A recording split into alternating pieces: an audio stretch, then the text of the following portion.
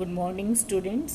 आज मैं आपको रिजर्व बैंक के मुख्य कार्य क्या होते हैं, देश के आर्थिक विकास में रिजर्व बैंक की भूमिका और उसकी सफलताएं और असफलताएं, द रिजर्व बैंक के जो भी कार्य हैं उनका आलोचनात्मक वर्णन करते हुए मैं आपको उसके कार्य को, उसकी भूमिका को आपके सामने आपको समझाऊंगी।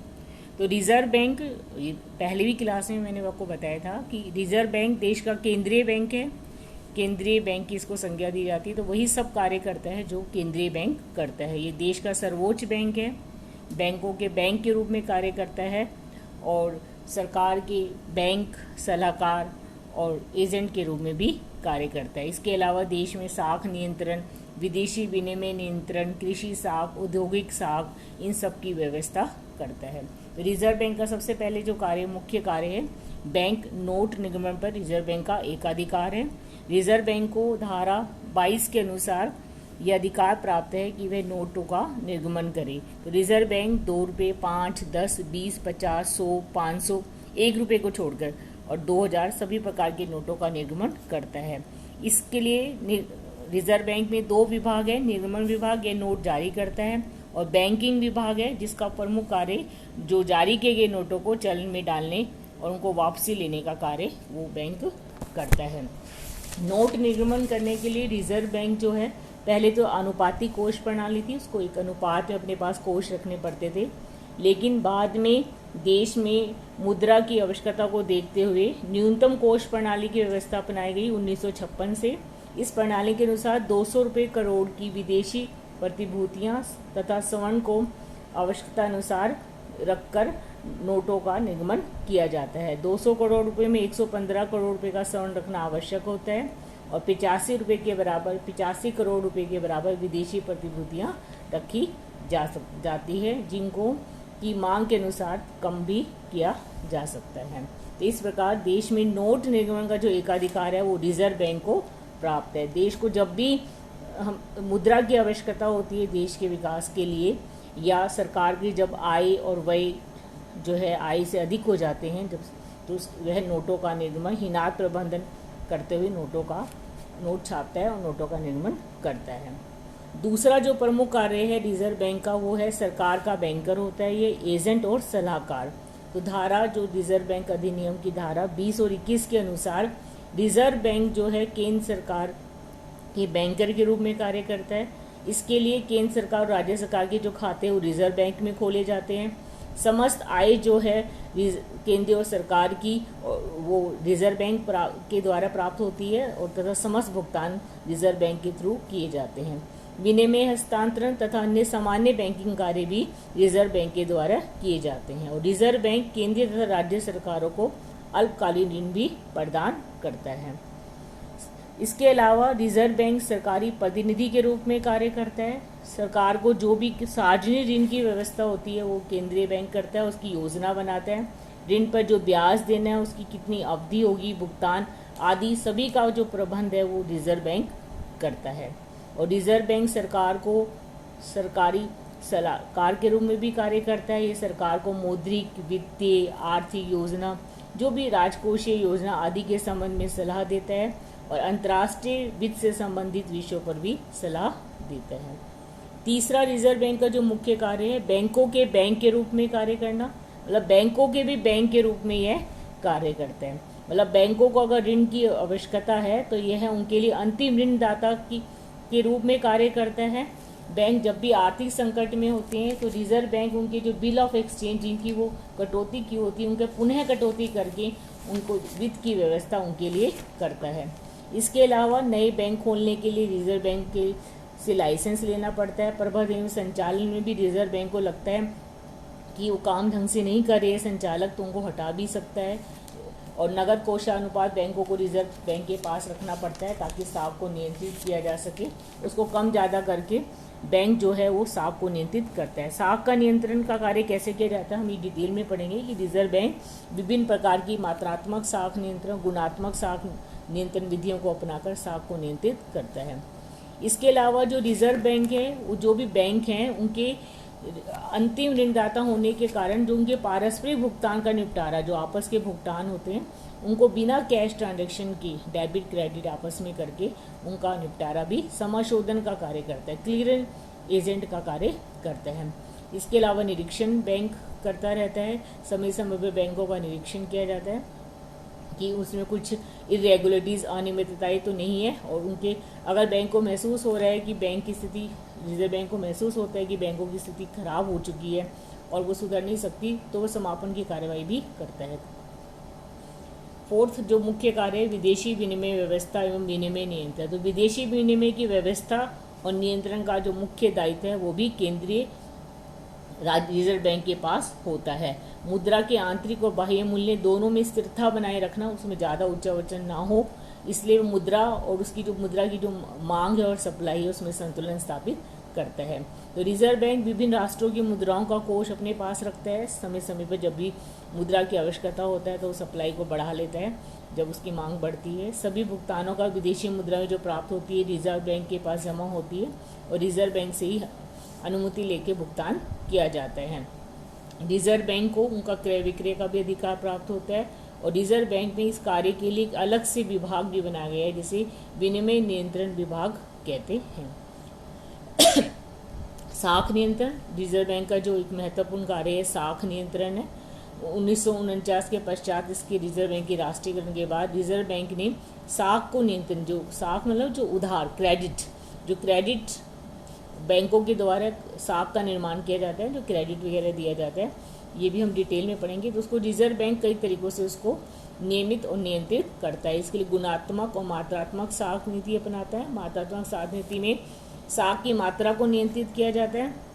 इसमें बैंक दर, खुले बाजार की क्रियाएं जिसमें सरकारी प्रतिभूतियों को खरीदा और बेचा जाता है, तरल कोषानुपात और नगद कोषानुपात में परिवर्तन करके बैंक साख की मात्रा को नियंत्रित करता है। इसके अलावा रिजर्व बैंक साख की जो दिशा है, दिशा और प्रयोग को गुणात्मक साख नियंत्रण विधियां अपनाकर नियंत्रित करता है। इसमें चयनित साख नियंत्रण है, नैतिक कानूनी विज्ञप्तियां या डायरेक्ट कार्यवाही या दिशा निर्देश देकर वो साख को किस दिशा में यूज करना है उसका प्रबंध करता है। छठा जो मुख्य कार्य है वो है आर्थिक सांख्यिकी का एकत्रीकरण करना और प्रकाशन करना, मतलब पब्लिकेशन किए जाते हैं। रिजर्व बैंक देश में मुद्रा, साख, बैंकिंग, वित्त, कृषि, उद्योग, उत्पादन आदि के संबंध में आंकड़े इकट्ठे करता है और उनका विश्लेषण करके उसका समय समय पर प्रतिवेदन और रिपोर्ट के रूप में उनको प्रकाशित करता है। रिजर्व बैंक के द्वारा जो प्रकाशित मुख्य प्रतिवेदन या रिपोर्ट्स, बुलेटिन कई तरह के हैं, जैसे रिजर्व बैंक का साप्ताहिक विवरण आता है। इसके अलावा reserve bank of India bulletin मासिक भी आता है। रिजर्व बैंक की मासिक रिपोर्ट है, वार्षिक रूप में करेंसी तथा फाइनेंस की रिपोर्ट। तो कई प्रकार की रिपोर्ट और प्रकाशन रिजर्व बैंक के द्वारा प्रकाशित किए जाते हैं। नेक्स्ट है रिजर्व बैंक जो है कृषि की व्यवस्था करता है, कृषि के लिए साख की व्यवस्था करता है, क्योंकि भारत में जो कृषि है वो एक महत्वपूर्ण व्यवसाय है। ग्रामीण अर्थव्यवस्था की लगभग 60% जनसंख्या जो गांव में रहती है उसकी लगभग 50%, मतलब लगभग सारी जनसंख्या ही मानो आप, गांव की जो जनसंख्या है, अधिकतर जनसंख्या जो है 80% जनसंख्या वो रिजर्व बैंक वो कृषि पर ही निर्भर है। तो रिजर्व बैंक में कृषि वित्त विभाग बनाया गया था सर्वप्रथम, जो कि कृषि के लिए साख की व्यवस्था करता था। लेकिन 1 जुलाई 1982 से रिजर्व बैंक के कार्यों में बहुत ज़्यादा कार्यभार बढ़ गया था, तो रिजर्व बैंक ने कृषि के लिए अलग से एक विभाग, एक अलग से बैंक बनाया गया जिसका नाम था नाबार्ड। आपने नाबार्ड का नाम सुना भी होगा, राष्ट्रीय कृषि एवं ग्रामीण विकास बैंक। नाबार्ड, एनए का मतलब है national agriculture and rural development bank, NABARD. इसको कार्य दे दिया गया। कृषि वित्त से संबंधित जितने भी कार्य हैं, जो भी उनके उसके लिए ये as a central, as a मतलब कृषि वित्त के लिए जो भी दिया जाता है उनका संचालन और जो प्रबंध है वो कौन करता है? नाबार्ड। रिजर्व बैंक केवल औद्योगिक वित्त की व्यवस्था से संबंधित प्रबंध का कार्य करता है और कृषि के लिए जो है वो उसके नाबार्ड को उसका कार्य सौंपा गया है। रिजर्व बैंक औद्योगिक वित्त की व्यवस्था करता है।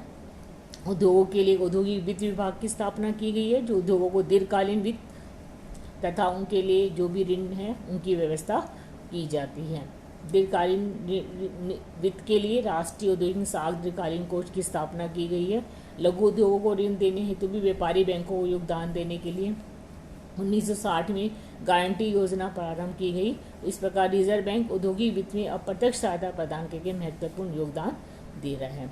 इसके अलावा कुछ अन्य कार्य भी देश की परिस्थितियों को देखते हुए भारत की परिस्थितियों को देखते हुए रिजर्व बैंक करता है। जैसे बहुमूल्य धातुओं का क्रय विक्रय, सोना चांदी, इनका क्रय विक्रय भी रिजर्व बैंक करता है। देश में हुंडी बाजार योजना चालू करने का श्रेय भी रिजर्व बैंक को ही प्राप्त है। कृषि पुनः वित्त निगम और औद्योगिक साख आदि को आर्थिक सहायता प्रदान करता है।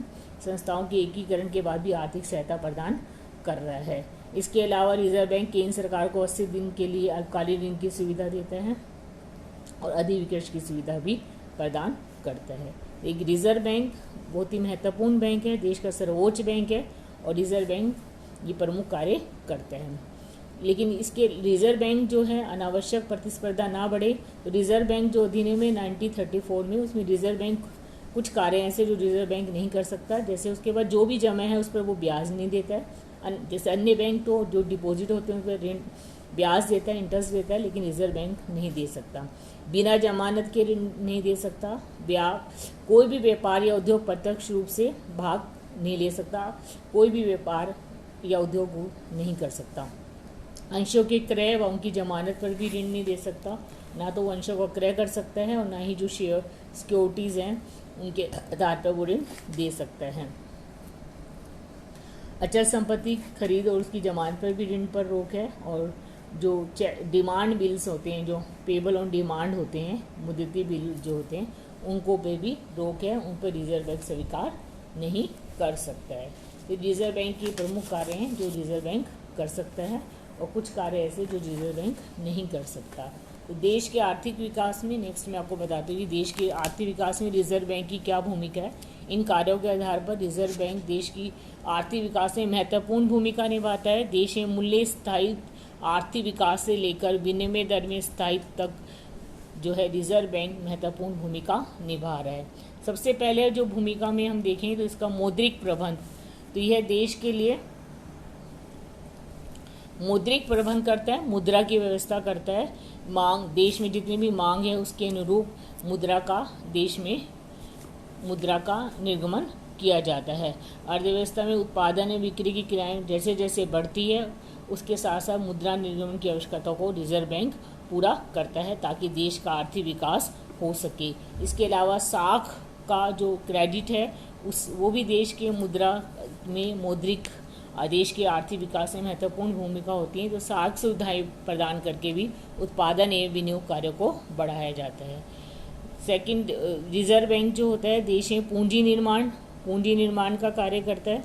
रिजर्व बैंक देश में पूंजी निर्माण है, पूंजी बाजार का विकास संस्थागत रूप से विकास किया जाता है, जिसमें लोग जो होते हैं अपनी लोगों की बचतों को प्रोत्साहित किया जाता है। छोटी छोटी बचतें हैं उनको बैंक में वो जमा कराएं, उनको गतिशील बनाया जाता है तथा उनका पूंजी बाजार में विकास किया जाता है। थर्ड है, बैंकिंग एवं वित्तीय संस्थाओं का विकास भी रिजर्व बैंक ने किया है। रिजर्व बैंक ने ग्रामीण क्षेत्रों में शाखाओं का विस्तार हो सके, जिससे देश का संतुलित विकास हो सके, वहाँ पे जमाओं को प्रोत्साहन देने के लिए बैंकों की स्थापना के लिए रिजर्व बैंक ने बैंकों को प्रोत्साहित किया है कि ग्रामीण क्षेत्र में बैंक खोले जाएं। उत्पादक कालों के ऋण भी दिए जाते हैं। उनके निक्षेप की सुरक्षा के लिए गारंटी व्यवस्था करना, बैंक फेल ना हो उसकी व्यवस्था करना, बैंकों का राष्ट्रीयकरण किया जाता है ताकि देश में जनता जब भी जरूरत हो उनका राष्ट्रीयकरण कर जनता का विश्वास जगाने तक का कार्य जो है रिजर्व बैंक करता है। इसके अलावा कई वित्तीय संस्थाएं, औद्योगिक वित्त है, कृषि वित्त है, आयात निर्यात वित्त है, लघु उद्योगों का वित्त है, सहकारी वित्त आदि क्षेत्रों में भी वित्तीय संस्थाओं की स्थापना रिजर्व बैंक के द्वारा करने में रिजर्व बैंक की महत्वपूर्ण भूमिका रही है। बैंक साख के उत्पादक कार्य में प्रयोग को बढ़ावा रिजर्व बैंक देता है। भारत में राष्ट्रीयकरण के बाद उसकी जो साख है, जो उसकी प्राथमिकता दी जाती है कि जो क्रेडिट है वो किसानों को या लघु व्यवसायी निर्धन व्यक्तियों को देश के उत्पादन कार्य के लिए, कृषि औद्योगिक और व्यापार के विकास के लिए ज़्यादा से ज़्यादा जो है क्रेडिट उपलब्ध कराया जाए। विदेशी विनिमय कोषों की उचित व्यवस्था रिजर्व बैंक करता है। रिजर्व बैंक विदेशी विनिमय कोषों के संरक्षक के रूप में कार्य करता है, विदेशी पूंजी को आकर्षित करता है और विनिमय संकट को भी नियंत्रित करता है। संतुलित आर्थिक विकास में भूमिका, जैसे मैंने आपको बताया है, जिस क्षेत्र में बैंक नहीं है, जहाँ बैंकों की सुविधाएं नहीं है, वहाँ पर नए बैंक खोलने को के लिए प्रोत्साहित करता है और विनियोग को प्रोत्साहित करता है। सार्वजनिक क्षेत्र के लिए ऋणों की व्यवस्था करता है। सरकार को विकास कार्य के लिए, अन्य कार्य के लिए जो भी ऋण चाहिए उनकी व्यवस्था करते हैं। निजी उद्योगों के लिए भी पूंजी निर्गमन, जो निजी उद्योग करते हैं, जो मार्केट से, पूंजी बाजार से जो भी ऋण पूंजी की व्यवस्था करते हैं अपनी सिक्योरिटीज़ के द्वारा, अंश पूंजी के द्वारा, उनकी जो है उनकी गारंटी देने का कार्य और उनकी अच्छी प्रतिभूतियों की जो पुनः कटौती का कार्य भी रिजर्व बैंक करता है। आर्थिक तकनीकी सलाह देता है सरकार को, देश में आर्थिक स्थिरता बनी रहे इसके लिए ज़्यादा ऊंचा वचन ना हो, मुद्रा तथा साख की मात्रा को नियंत्रित करता है और सभी देशों की और सभी बैंकों के निरीक्षण एवं देखभाल का कार्य रिजर्व बैंक करता है। तो इस प्रकार देश में के विकास में रिजर्व बैंक एक महत्वपूर्ण भूमिका निभाता है। तो रिजर्व बैंक की अगर हम सफलताएं देखें तो नोट निर्गमन के द्वारा पर्याप्त लोचता बनाए रखते हैं, जब भी जरूरत होती है नोटों का वो निर्गमन करता है। इसके अलावा सफल सरकारी बैंकर और सलाहकार के रूप में रिजर्व बैंक ने कार्य किया है। देश में बैंकिंग विकास किया है, संगठित विस्तार हुआ है, संतुलित देश का विकास हुआ है। कृषि उद्योग के लिए ऋण की व्यवस्था, वित्त की व्यवस्था बैंक के द्वारा की गई है। समाशोधन का कार्य करता है, इस समय आपको बता चुकी, विदेशी विनिमय में स्थायित्व स्थापित किया है। बैंक दरों में ज़्यादा उच्चावचन देखने को नहीं मिले हैं। समय समय पर ये प्रकाशन करता रहता है, अनुसंधान, रिसर्च किया, बिल बाजार और मुद्रा बाजार का भी विकास किया, विदेशी मुद्राओं का संरक्षण किया, रिजर्व बैंक के द्वारा किया गया है। इन महत्वपूर्ण भूमिका और कार्यों के बावजूद भी कुछ रिजर्व बैंक की कुछ विफलताएं हैं। जो रिजर्व बैंक का कार्य तो हुआ है, लेकिन रिजर्व बैंक कुछ हद तक अपने कार्यों में सफल नहीं हो पाया है। मुद्रा जो स्फीति है, जो इन्फ्लेशन है, देश में दिन प्रतिदिन बढ़ रहा है, तो मुद्रा इन्फ्लेशन पे कंट्रोल रिजर्व बैंक करने में असमर्थ रहा है। देश में रुपए के मूल्य में भी अस्थिरता देखने को मिलती है। भारत का जो है विदेशी मुद्रा में जो मूल्य है वो निरंतर गिरता जा रहा है। बैंकिंग संकट भी देखने को मिल रहा है। कई कुछ बैंक फेल हो रहे हैं, उनका जो बैंक फेल हो रहे हैं वो बंद हो गए हैं। सुसंगठित मुद्रा बाजार की स्थापना अभी तक देश में नहीं हो पाई है। बैंकिंग विकास भी जिस गति से होना चाहिए उस गति से नहीं हो पाया है। कृषि औद्योगिक वित्त के लिए वित्त की व्यवस्था तो हुई है, लेकिन अभी भी गरीब किसानों को महाजनों से ऋण लेना पड़ता है।